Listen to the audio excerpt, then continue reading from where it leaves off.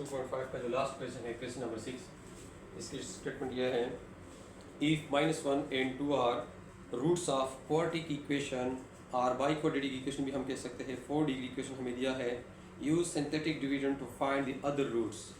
हमें 4 degree equation दिया गया है, x⁴ minus 5x³ plus 3x² और plus 7x minus 2 is equal to 0। ये हमें 4 डिग्री इक्वेशन और क्वाड्रेटिक इक्वेशन दिया गया है और इसके साथ -1 and 2 are roots of above equation. ये भी हमें गिवन है कि -1 और 2 इस ऊपर वाली इक्वेशन के क्या है, रूट्स है।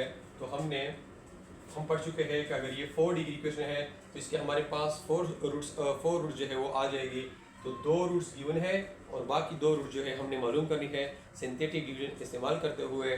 तो अब इसके लिए अगर हम सिंथेटिक डिवीजन इस्तेमाल करते हैं तो यहाँ पे हमें इक्वेशन दिया है x⁴ यानी since x⁴ - 5x³ plus 3x² plus 7x minus 2 is equal to 0।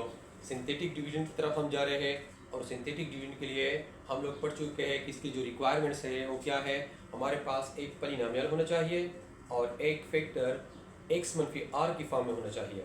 तो अब अगर ये इक्वेशन है तो इससे पहले इक्वेशन में हम कर चुके हैं और इससे हम पॉलिनोमियल बना सकते हैं कि p of x is equal to x⁴ और इसको मैं डिसेंडिंग ऑर्डर की फॉर्म में लिख रहा हूँ, -5x³ plus 3x² plus 7x minus 2। और इसके साथ आल्सो यहाँ पे हमें गिवन है कि -1 इसका रूट है। रूट बेसिकली वेरिएबल की वैल्यू होती है, यानी x इज इक्वल टू -1। इसका मतलब यह है कि बेसिकली -1 जो है इस इक्वेशन का रूट है। एंड दूसरा क्या है, 2 is also root of this equation. तो रूट बेसिकली वेरिएबल की वैल्यू होती है, x इज इक्वल टू 2 का मतलब यह है कि बेसिकली 2 जो है इस इक्वेशन का क्या है, रूट है। अब इससे पहले क्वेश्चन में हम पढ़ चुके हैं कि अगर हमें रूट्स मालूम हो तो इसे हम फैक्टर बना सकते हैं। किस तरह बनाएंगे कि -1 को अगर हम इधर शिफ्ट कर लें तो x, ये -1 है, ये इस तरह शिफ्ट करने से हमारे पास +1 बन जाएगा। तो x + 1 is a factor of this p of x। तो इसके साथ हमारे एक फैक्टर इस आ चुका है। और इसी तरह अगर x इज इक्वल टू इस इक्वेशन की रूट है, अगर रूट गिवन हो तो इसे हम फैक्टर बना सकते हैं। फैक्टर किस तरह बनाएंगे कि इस 2 को इधर शिफ्ट कर ले तो x, ये +2 है, इधर शिफ्ट करने से हमारे पास क्या बन जाएगा, -2 is a factor of this p of x। तो ये हमारे पास 2 फैक्टर आ चुके हैं। अब यहाँ पे अगर हम r की वैल्यू निकालना चाहें तो x + 1 है हमारे पास। सिंथेटिक डिवीजन के लिए हमें जो डिवाइजर है वो या जो फैक्टर होगा वो x - r की फॉर्म में होना चाहिए। तो इसको हम यूँ लिख सकते हैं x माइनस इंटू -1। तो x - r के साथ कंपेयर कर ले, हमारे पास r की वैल्यू जो है वो -1 एक आ चुकी है। और इसी तरह अगर x - 2 फैक्टर है तो इसको अगर मैं x - r के साथ कंपेयर करूँ तो हमारे पास r की जो दूसरी वैल्यू है वो क्या बन जाएगी, वो r की वैल्यू 2 जो है वो यहाँ पे आ जाएगी। अब सिंथेटिक डिवीजन में यूज़ करना है तो इसके लिए हमने क्या करनी है, 2 रो जो है वो यहाँ पे हमने लगानी है। पहले मैं r की ये वैल्यू यहाँ पे लेफ्ट कॉर्नर पे लगा रहा हूँ और पॉलिनोमियल जो है वो ये है। इसको मैं इसकी कोएफिशिएंट यहाँ पे लिखूंगा, x4 की कोएफिशिएंट क्या है 1, यहाँ पे x की कोएफिशिएंट -5 और यहाँ पे x2 की कोएफिशिएंट 3, x की कोएफिशिएंट 7 और जो लास्ट कांस्टेंट है वो क्या है, -2 है। तरीका यह है कि फर्स्ट कोएफिशिएंट को नीचे ले आए, 1 को मैंने नीचे ले आया। अब इन 2 को मल्टीप्लाई कर ले, -1 × 1 से हमारे पास -1 आ जाएगा। अब इन 2 को हम ऐड कर ले, -1 - 5 से -6 आ जाएगा। अब इसको इसके साथ मैंने मल्टीप्लाई करना है, माइनस इंटू माइनस प्लस, 6 × 1 = 6, तो हमारे पास 6 आ गया। इन 2 को ऐड कर ले, 6 + 3 से हमारे पास 9 आ जाएगा। अब इसी -1 को मैंने इसके साथ फिर मल्टीप्लाई करना है, -1 × 9 से -9 आ गया। अब इन 2 को जमा कर ले, -9 + 7 से हमारे पास क्या आएगा, -2 आ जाएगा। अब -1 को फिर इसके साथ मल्टीप्लाई कर ले, माइनस इंटू माइनस प्लस, 2 × 1 = 2, तो हमारे पास 2 - 2 से क्या आ चुका है, 0 आ चुका है। यानी ये क्यों 0 आ चुका है, क्योंकि यहाँ पर हम पढ़ चुके हैं कि x + 1 इस पॉलिनोमियल का क्या है, फैक्टर है। तो फैक्टर में ये खूबी होती है कि इस पर पॉलिनोमियल एग्जैक्ट डिवाइड होगी, रिमाइंडर 0 के बराबर होगा। अब यहाँ पे इसी प्रोसेस को मैंने फिर रिपीट करना है, दूसरी आर की जो वैल्यू है वो क्या है 2 है, तो यहाँ पे हम 2 लगाएंगे, फर्स्ट कोफिशिएंट को नीचे ले आए, 2 1 ज़ा 2, अब इसको इसके साथ जमा कर ले, -6 + 2 से हमारे पास -4 आएगा। अब इसको इसके साथ मल्टीप्लाई कर ले, प्लस इंटू माइनस, -2 4 ज़ा 8, 9 - 8 से हमारे पास +1 आ जाएगा। अब 2 1 ज़ा 2 आ चुका है, 2 - 2 से हमारे पास क्या आ जाएगा 0 आ जाएगा। तो ये सेकंड रिमाइंडर जो है वो भी हमारे पास 0 के बराबर आ चुका है। अब देखें हमारे पास जो गिवन पॉलिनोमियल थी वो क्या थी, 4 डिग्री पॉलिनोमियल है। अब मैंने एक दफ़ा इसको डिवाइड किया तो यहाँ पे जो क्वोशंट आ चुके हैं इसकी डिग्री इससे एक कम होगी, क्योंकि ये 4 डिग्री इक्वेशन है।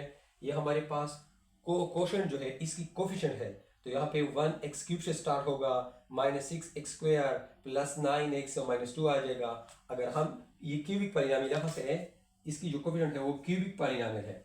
अगर मैं इसको फिर डिवाइड कर लूँ x - 2 पे, तो यहाँ पे हमारे पास ये जो नीचे क्वोशंट जो है आएंगे, क्वोशंट की जो कोफिशिएंट आ जाएगी वो कहाँ से स्टार्ट होगी, यहाँ से क्यूब्स है, फिर दोबारा डिवाइड करने से इसकी 1 डिग्री जो है क्वोशंट की वो इससे कम होगी, तो यहाँ पे ये स्टार्ट जो होगा x² से स्टार्ट होगा। तो हमारे पास जो क्वोशंट है वो आ चुका है x² -4x + 1। हमारे पास जो नीचे क्वोशंट आ चुका है क्यू ऑफ x, अगर हम इसको डिनोट करना चाहे तो इसकी जो कोफिशिएंट है वो क्या है, यानी 1 × x² आ जाएगा, क्योंकि 2 दफ़ा डिवीजन किया हुआ है। तो 4 डिग्री से हमारे पास एक दफ़ा क्यूब आएगा और एक दूसरी दफ़ा डिवीजन से हमारे पास x² आ जाएगा, और इसके बाद -4x और +1, -4x + 1 = 0। तो ये हमारे पास यानी ये क्वेश्चन आ चुका है = 0, नहीं सॉरी ये तो पॉलिनोमियल है। अब अगर इसे हम इक्वेशन बनना चाहे तो x² -4x + 1 अगर हम इसको 0 के बराबर जो है वो लिख सकते हैं। क्वेश्चन पॉलिनोमियल से हम इक्वेशन बना सकते हैं जिस तरह पहले मैंने किया, और इक्वेशन से हम पॉलिनोमियल बना सकते हैं। तो 2 रूट रिक्वायर्ड है। अब हमारे पास क्वाड्रेटिक इक्वेशन आ चुका है, इस 2 रूट्स मैंने निकालनी है, तो इसकी हम यहाँ पे फैक्टराइजेशन नहीं होती, यहाँ पे हम क्वाड्रेटिक फार्मूला यूज़ कर लेंगे। तो इसको अगर हम कंपेयर कर लें ax² + bx + c के साथ, तो a b c की वैल्यू निकालने के लिए यहाँ पे तो a की जो वैल्यू है हमारे पास वो क्या है 1, b की जो वैल्यू है हमारे पास -4, और c की जो वैल्यू है हमारे पास क्या है वो 1 है। तो यूजिंग क्वाड्रेटिक फार्मूला हमारे पास ये है, वेरिएबल x में है तो x = -b + -b² -4ac² whole divided by 2a, putting the value of a b c in this formula। तो -b की वैल्यू क्या है -4, + b की वैल्यू -4² -4 × a की वैल्यू 1 है, और c की वैल्यू वो भी 1 है, √ whole divided by 2 × a की वैल्यू 1 है। तो x = -4